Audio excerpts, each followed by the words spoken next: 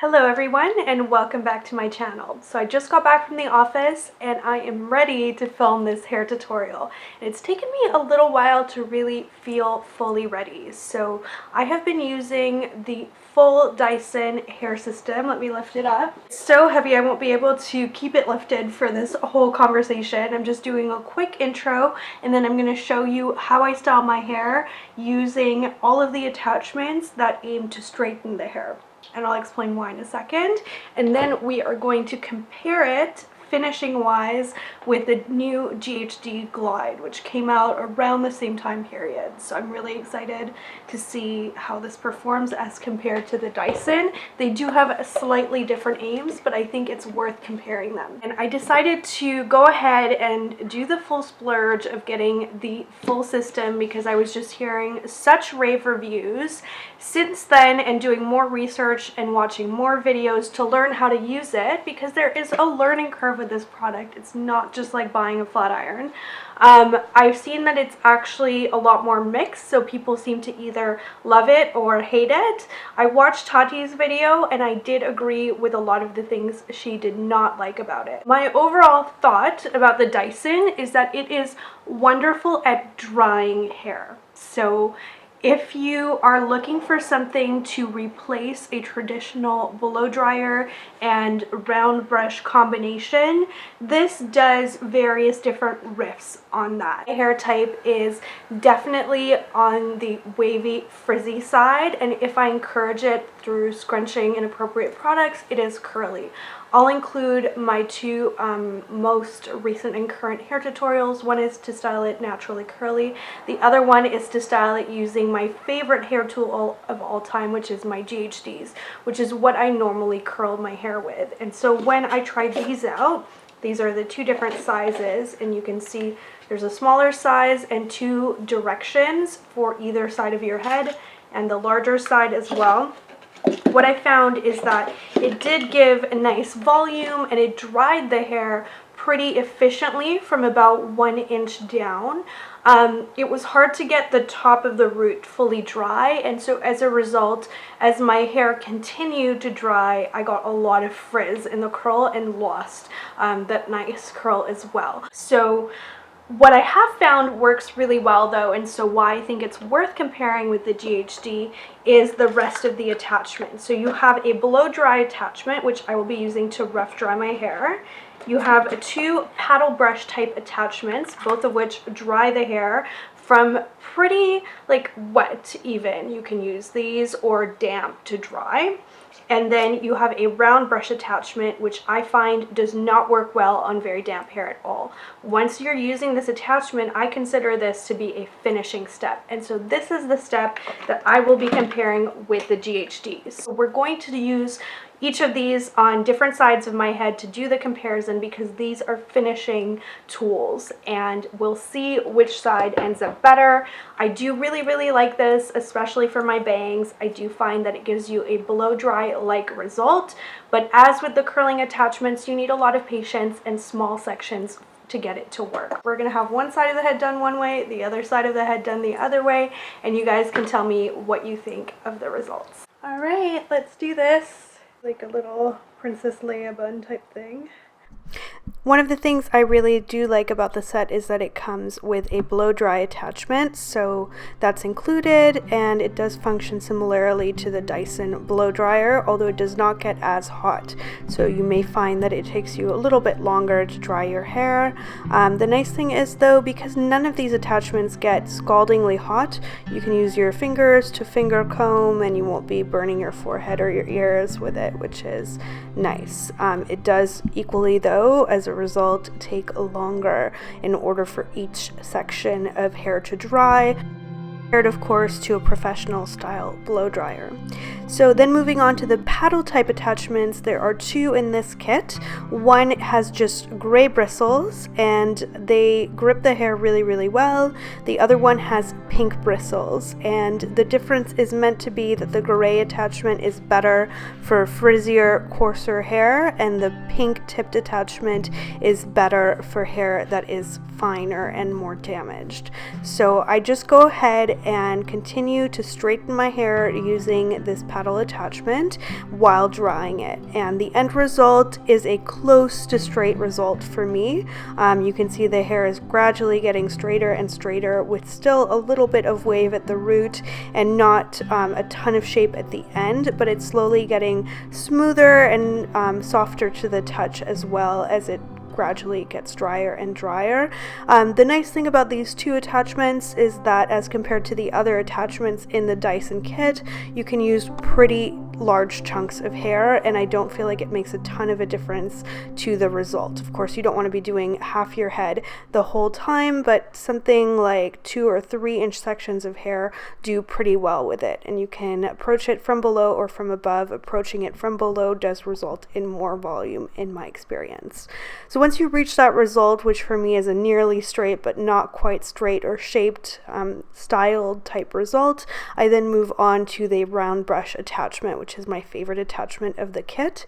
And I'll discuss this at the end, but you'll notice as you see me doing the pieces that there is a real difference between how well the round brush performs on the longest layers of my hair, which are very long to be fair, versus the shorter layers. If you have hair that is collarbone length or shorter, you will see that this attachment gives you a fantastic blow dry like result with a really nice bend at the end and nice volume at the root. But on my hair, where it's got longer layers and it's sort of medium thick in texture, it does kind of struggle to really deal with that length of hair, and that really is irrespective of the size of chunk of hair that I'm doing. Even if I use a very small chunk of hair, as it gets wound up through the brush, the length of the hair gets wound up, it does sort of not get as hot as it needs to be for it to really heat up the hair and set it fully. So that's why for the end result, you'll see some of the sections look really fantastic and some of them look a little bit less well shaped, and that's largely based on the length in my experience. Things I can do that help with that include doing smaller sections for sure, and then doing a cold blast at the end, which is what you're meant to do to set the hair with all of Dyson's hair tools in this kit. So the cold blast really does make a difference. If you do get the kit, make sure that you do that step. As I'm doing it, you can sort of see me fiddling with the button, and that's what I'm doing. I'm doing the cold blast at the end of each section and then turning it off to release it. Now we're moving on to the other side of my head. So I'm just going to be using my good old blow dryer. This is a cheap one, but it's professional quality that my mom got for me from eBay when I was a student. So it's very old and nothing special. I do use it with a good brush, which is from T3, which really grips my hair well and allows me to use larger sections. And the reason that you don't see me use tiny sections is because I have a lot of hair, and this entire process that you're seeing both sides of my head took me just over an hour. So you can imagine that I can't do much tinier sections than you're seeing me do, because otherwise we would be here truly forever. This is edited so that you don't fall asleep while watching. Now I'm going to show you the results for the Glide. So the nice thing about this hair tool is it's completely silent. So there is just no noise from it whatsoever. It doesn't even make a noise when it's heated up. And it's very easy to use, completely foolproof. There is no learning curve for this one. The one thing I did notice is if you do a little flip at the ends and you kind of lift the hair while you run it through the hair, you do get a nice amount of body, which I wasn't expecting. I was expecting more of a straight sort of result. It is a straighter result for sure and less voluminous than you'll see on my other side of my head. I'm not sure technically what the temperature difference is, but I can definitely tell without researching it that the GHD Glide gets a lot hotter than the Dyson does, because the hair is actually hot to the touch. So there we go. I think I have done my hair as much as I can possibly stand to do it, but here are the results. I think both sides look good. Not big into black and white, sort of perspectives. Both of these are very high quality, pricey tools. The GHD is a third of the price of the whole set from Dyson, but of course you only also get one tool. So I do really like the ability of the GHD to just grab huge chunks of hair and just smooth all of it out just so effortlessly and soundlessly, that it's completely silent, you know, so you can listen to music or talk to someone while you do it. Ultimately though, I also do really like the bounciness of this side, especially of the shorter layers. So I think you can see kind of a big difference between how bouncy and good the shorter layers of my hair look, especially the front pieces, and the longer layers, which I think the Dyson just struggles to deal with that amount of hair, whether it be through length or thickness or because you use too big of a chunk. It just doesn't get as hot. I can feel the difference between the two in terms of temperature, and so it's just not going to be able to smooth the hair quite as well. And I can equally see a difference in my roots. I don't know if you guys can see on camera, but I can see a little bit more frizz and just slight wave on this side than on this side. I think both sides still look good. That's not a big deal to me right now, but if it was a super humid or rainy day outside, this amount of frizziness, so open hair cuticle, would puff out in no time. That is the review. It's not that the Dyson is bad or that I hate it. I think it's a wonderful kit. I do think for a lot of people it's going to really be able to replace a traditional blow dry. It's just that for me, I'm always going to have to do one more step after I use it, whether that's using a curling iron, a flat iron, like good old GHDs. I would probably choose to curl my hair with those over the curling system from Dyson. I would still get the Dyson, but get a more limited version that focuses on having the round brush and just the drier part, which does feel really nice and gentle on the hair. The heat difference is huge, but it still dries the hair really well. And so I feel like Dyson has perfected the technology to dry hair of all types really well, but not quite to set all hair types yet.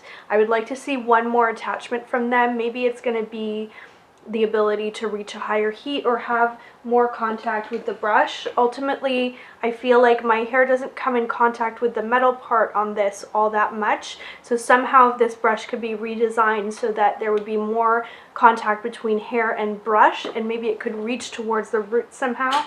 So everything I mentioned is listed down below, not sponsored in any way. Let me know what you think in terms of the results, as well as any personal experience you may have with either of these tools. Thank you so much for watching, and I will see you in my next video.